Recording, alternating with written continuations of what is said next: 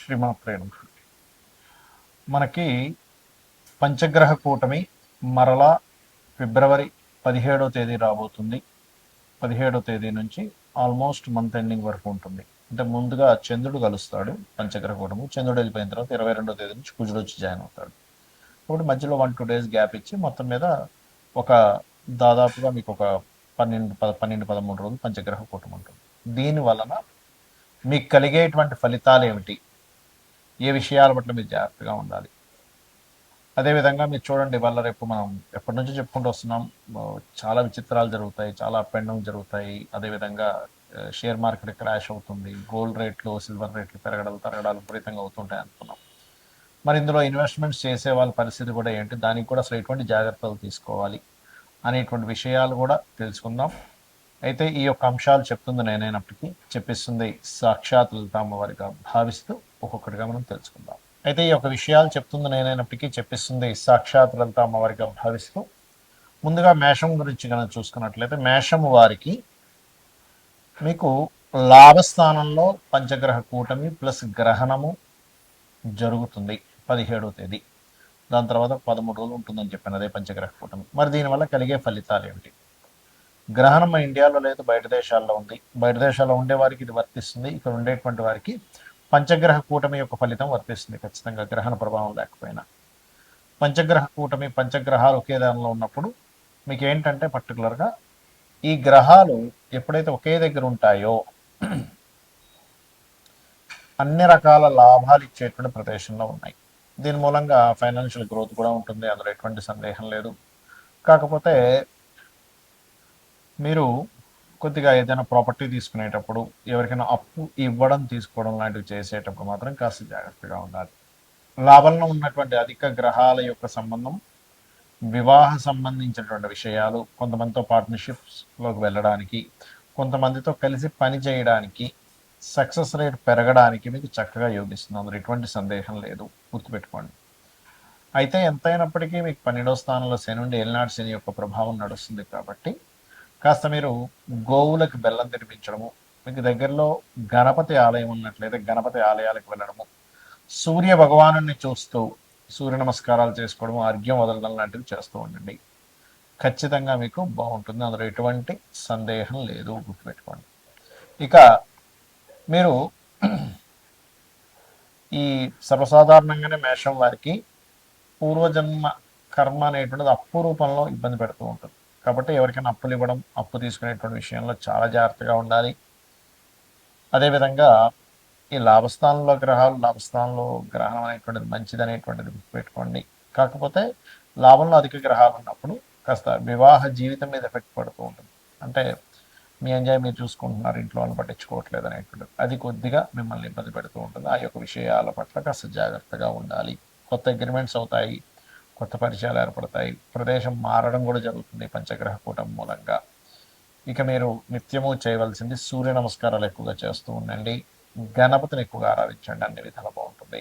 ముఖ్యంగా ఈ పంచగ్రహ కూటమి ఏర్పడినందుకు మనం లాస్ట్ టైం జనవరి మాసంలో కూడా పంచగ్రహ కూటమి ఏర్పడింది. ఆ సమయంలో చండీ హోమం అందరికీ ఫ్రీగా చేసి పెట్టాము. అప్పుడే మనం అనౌన్స్మెంట్ చేసాం నెక్స్ట్ మంత్ క్షేత్రంలో జరుగుతుందని, కామాఖ్య శక్తిపీఠంలో. ఈసారి 17, 18, 19 తేదీల్లో 17వ తేదీ గణపతి మరియు లలిత హోమము, 18వ తేదీ నవగ్రహ హోమము, 19వ తేదీ చండీ హోమం జరుగుతుంది. ఆ హోమం జరిగిన తర్వాత రుద్రాక్ష, ఆ హోమంలో పూజలో పెట్టినటువంటి రుద్రాక్ష మరియు అదేవిధంగా హోమ భస్మము, ప్రసాదము, డ్రై ఫ్రూట్స్ ప్రసాదము, మరియు అదేవిధంగా ఆ యొక్క సింధూర్, మనకి ఏదైతే అమ్మవారి యొక్క బొట్టు ఏదైతే ఉంటుందో అది కూడా మీకు పంపించడం జరుగుతుంది.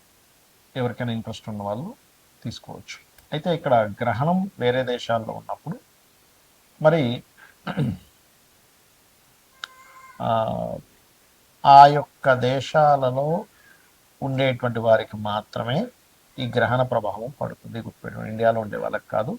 ఇండియాలో ఉండేటువంటి శ్రీమూర్తి ఎవరు కూడా గర్భంతో ఉన్నటువంటి వారు, దాని గురించి ఏమీ టెన్షన్ పడాల్సిన అవసరం లేదు.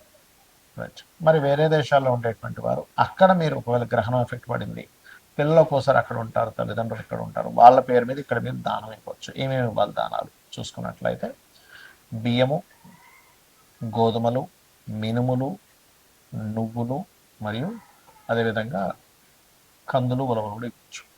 దీంతోపాటు సూర్య చంద్ర ప్రతిమలు వెండివే ఇవ్వాలని రూల్ లేదు, ఏ మెటల్ అయినా ఇవ్వచ్చు. 2 నాగపడగలు లాంటివి ఇవ్వాలి. అదేవిధంగా మీరు వీటితో పాటు ఒక చిన్న ఇత్తడికి సంబంధించిన చిన్న గిన్నె తీసుకొని అందులో ఆవు నెయ్యి ప్యాకెట్ పెట్టేసి దానం ఇచ్చినట్లయితే చాలా చక్కటి ఫలితాలు ఉంటాయి, గుర్తుపెట్టుకోండి. అలాగే గ్రహణ సమయంలో మీకు ఏదైనా సమస్య ఉన్నట్లయితే ఆ సమస్యకు సంబంధించిన, ఎందుకంటే ఇక్కడ ఇండియాలో లేదు కదా అంటే ఇది అవ్వక్కర్లేదు, ఇండియాలో లేదు కానీ ఇండియాలో లేకపోయినప్పటికీ గ్రహణ సమయంలో మీరు చేసుకునేటువంటి జపము యొక్క ఫలితము పూర్తిగా కలుగుతుంది, గుర్తుపెట్టుకోండి. ఓకే, అయితే ఆ రోజు మీకు ఒకవేళ ఉదాహరణకి మీకు సమస్యలు ఉన్నాయి, ఎందుకంటే మనం ఆ రోజు గ్రహణం ఉందనే మనం ఆ రోజు కామాఖ్యలో హోమం కానీ చేస్తున్నాం. క్షేత్రంలో చేసేటువంటి హోమం యొక్క ఫలితం 1000 రెట్లు ఉంటుంది, గ్రహణంలో చేసే ఫలితం మరొక 1000 రెట్లు ఉంటుంది. కాబట్టి ఆ రోజు చాలా గొప్పమైనటువంటి విశేషంగా చేయడం జరుగుతుంది. సరే, మీ మటుకు మీరు ఏదైనా మంత్రం చేసుకోవాలి, మీ ఇష్టదైవ మంత్రం చేసుకోవచ్చు, మీ గురువుల దగ్గర పొందిన మంత్రాన్ని మీరు చేసుకోవచ్చు చక్కగా, అందులో ఎటువంటి సందేహం లేదు. అలాగే ఇక్కడ మీరు ఏదైతే లలిత అమ్మవారికి సంబంధించిన అనుకుంటారు, లలిత సహస్రనామాలు, విష్ణు సహస్రనామాలు, శివ సహస్రనామాలు కూడా చేసుకోవచ్చు. దీంతోపాటు ఫైనాన్షియల్ ఇబ్బంది పడుతున్నటువంటి వారు ఓం సంపత్కరి సమారూఢ సింధుర వ్రత సేవితాయ నమః అని చేసుకోవచ్చు. అప్పులకు ఇబ్బంది పడుతున్నటువంటి వారు ఓం అపర్ణాయ నమః అని చేసుకోవచ్చు. ఇక ఫ్లక్చువేషన్స్ అవుతున్నాయని మనం చెప్పుకున్నాం ఈ పంచగ్రహ కూటముల వల్ల, గురువు అతిచారం వల్ల, గురువు మిథున రాశిలో ఉండడం వల్ల షేర్ మార్కెట్ కానీ బంగారు సిల్వర్ రేట్స్ కానీ మనం చెప్పుకున్నాం, ఆల్రెడీ విపరీతంగా పెరుగుతాయని చెప్పుకున్నాము, కొంత ఇబ్బంది వస్తుందని చెప్పుకున్నాం. మరి మీరు ఇబ్బంది పడకుండా ఉండాలంటే ఏం చేయాలి? ఏ రాశి వారైనా ఏ లగ్నం వాళ్ళైనా ముందుగా ధనాధిపతి, మీ లగ్నం నుంచి ధనాధిపతి ఎవరో తెలుసుకోండి, మీకు ధనాన్ని ఇచ్చే కారకుడు ఎవరో తెలుసుకోండి, ఆ అధిష్టాన దేవత ఆరాధన చేసుకోండి. ప్రతి లగ్నానికి ధనాధిపతి ఉంటాడు. అలాగే పంచమాధిపతి నిర్ణయం తీసుకునేటువంటి కారకుడు. ప్రజెంట్ పంచమ స్థానంలో కేతు ఉన్నాడు ఇప్పుడు, న్యాచురల్ పంచమ స్థానంలో. అందరూ గణపతిని ధ్యానం చేయడం వల్ల మీరు ఎటువంటి రాంగ్ డెసిషన్స్ తీసుకోకుండా ఉంటారు. అలాగే మీ లగ్నం నుంచి పంచమాధిపతిని చేయడం వల్ల మీరు రైట్ టైంలో రైట్ డెసిషన్ తీసుకోవడం జరుగుతుంది. అలాగే ఇక్కడ మరొక విషయం ఏంటంటే లాభాధిపతి, వ్యయాధిపతి అంటే ఇన్వెస్ట్మెంట్స్ కారకుడు ఎవరైతే ఉన్నారో, అంటే 12వ స్థానాధిపతి ఎవరో తెలుసుకొని దానికి సంబంధించిన దానము చేయాలి. లాభాధిపతిని చేయడం వల్ల ఏమవుతుందంటే సక్సెస్ రేట్ అనేది పెరుగుతుంది. ఇప్పుడు చూడండి, చాలామంది పలానా తక్కువ ఉన్నప్పుడు కొన్నామండి, పెరిగినప్పుడు భలే లాభాలు వచ్చాను ఆనందపడ్డ వాళ్ళు ఉన్నారు సొసైటీలో. ఇప్పుడు అయ్యో అనవసరంగా ఎక్కువ ఉన్నప్పుడు కొని ఇప్పుడు తగ్గాయని చెప్పి బాధపడ్డ వాళ్ళు ఉన్నారు. 2 రకాలుగా ఉంది ఇప్పుడు ప్రస్తుత పరిస్థితి.